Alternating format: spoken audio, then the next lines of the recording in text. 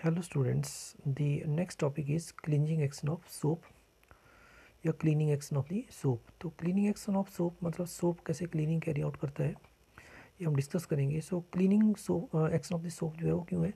Because of its capacity to form the micelle and emulsions. So micelle हमने discuss किए थे, micelle are nothing but they are the type of associated colloids, और जो emulsions होते हैं they are the liquid dissolve in liquid. So because of formation of these two the bodies, micelle and emulsions, soaps are having a capacity to carry out the cleaning. So देखिए soap क्या होते हैं? Soap are the molecule which have non polar hydrophobic tail and polar hydrophilic head, जैसे हमने discuss किया था। जैसे हम एक एग्जांपल लेते हैं सोप का एक एग्जांपल है sodium stearate C17H35COO negative Na positive. So this part CH3CH215CH2, this part is a non-polar tail and CO negative Na positive it is the polar head. अब ये जो टेल होती है ये कैसी होती है? हाइड्रोफोबिक होती है, मतलब it is repelled by the water, और जो ये हेड है hydrophilic head it is attracted by the water. अब देखिए क्या होता है, जो डर्ट होता है, जो मैल होता है कपड़ों के ऊपर, वो क्यों होता है? उसमें क्या क्या चीज़ें होती हैं? उसमें ग्रीस हो सकता है, फैट हो सकता है, और उसमें कुछ डस्ट पार्टिकल इम्बेडेड होते हैं डर्ट में, और इनकी नेचर कैसी होती है? ऑर्गेनिक होती है। अब यदि ऑर्गेनिक नेचर है तो ऑर्गेनिक नेचर बेसिकली कैसी होती है? नॉन पोलर होती है, और ऑर्गेनिक जो कंपाउंड होते हैं बेसिकली नॉन पोलर होते हैं। तो यदि डर्ट बेसिकली नॉन पोलर होने से क्या होगा, जो आपका सोप का नॉन पोलर टेल पार्ट है वो क्या कर जाएगा? इसमें इम्बेड कर जाएगा डर्ट में। बट जो पोलर हेड है सोप का that will not embed in the dirt because of different nature. आपने एक रूल पढ़ा है लाइक डिजॉल्व लाइक, या polar dissolve polar, non polar dissolve non polar. मतलब पोलर चीज़ में पोलर चीज़ घुलती है और नॉन पोलर चीज़ में नॉन पोलर चीज़ घुलती है। पोलर चीज़ जो है नॉन पोलर चीज़ में नहीं घुलेगी। जैसे माना एक सॉल्यूट पोलर है और आपका सॉल्वेंट यदि नॉन पोलर है तो उस केस में डिसोल्यूशन नहीं होगा। सो यही प्रिंसिपल यहाँ भी चलेगा। जैसे अब जब आप क्लोथ को सोप के सॉल्यूशन में डिप करते हैं तो क्या होता है, जो नॉन पोलर टेल पार्ट है सोप का वो क्या करता है? वो डिप कर जाता है या इम्बेड कर जाता है किसके? जिसमें डर्ट में। तो इम्बेड क्यों करता है? क्योंकि डर्ट की नेचर और जो टेल पार्ट है सोप के मॉलिक्यूल का दोनों कैसे हैं? हाइड्रोफोबिक नेचर के हैं और नॉन पोलर नेचर के हैं। और इससे क्या होता है, जो सॉल्युबिलिटी है टेल पार्ट की वो डर्ट में आसानी से होती है। अब ये जो पोलर हेड पार्ट होता है सोप का उसमें क्या होता है? CO नेगेटिव Na पॉजिटिव होता है।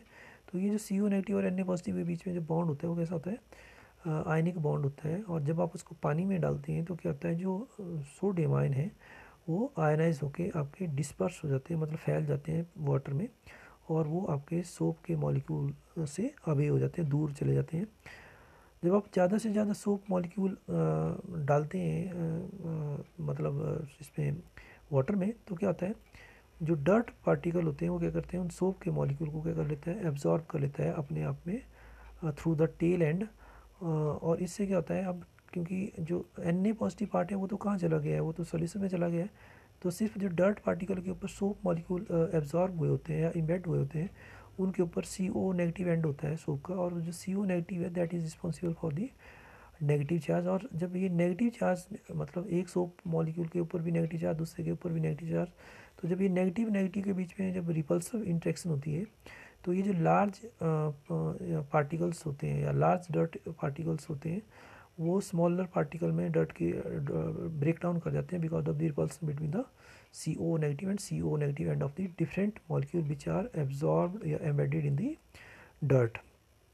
अब इससे क्या होगा, जब ये लार्जर पार्टिकल स्मॉलर पार्टिकल में ब्रेक डाउन करेंगे डर्ट के, तो और मतलब more and more soap molecule जो है उसमें एब्जॉर्ब हो जाते हैं बिकॉज सरफेस एरिया थोड़ा सा बढ़ जाता है, और सरफेस एरिया बढ़ने से ज़्यादा सोप मॉलिक्यूल उसमें एब्जॉर्ब हो जाते हैं थ्रू देयर टेल्स।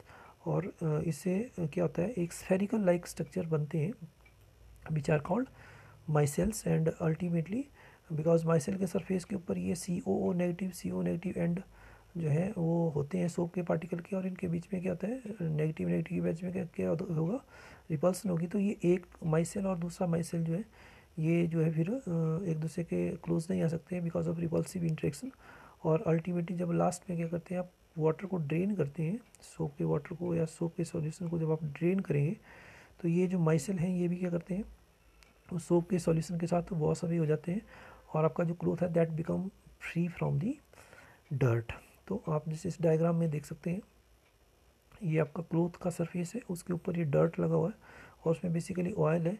और ऑयल के ऊपर आप जब आपने इसको क्लोथ को सोप के सॉल्यूशन में डाला तो क्या हुआ, जो सोप की टेल पार्ट है वो इस ऑयल में क्या हो गया, एम्बेड हो गया, एब्जॉर्ब हो गया because of the same nature of the oil and tail of the soap.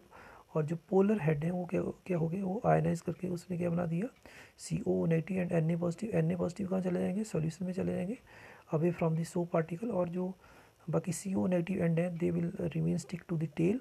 और यहाँ भी CO नेगेटिव लाइट, यहाँ भी CO नेगेटिव, तो नेगेटिव नेगेटिव के बीच में क्या होगी, रिपल्सन होगी। And because of those repulsive interaction, because lower end जो है टेल का वो इम्बेडेड है इस डर्ट के पार्टिकल में, तो ये जो लार्जर डर्ट पार्टिकल है ये स्मॉलर डर्ट पार्टिकल में टूट जाएगा। एंड अल्टीमेटली ये स्मॉल डर्ट पार्टिकल जो है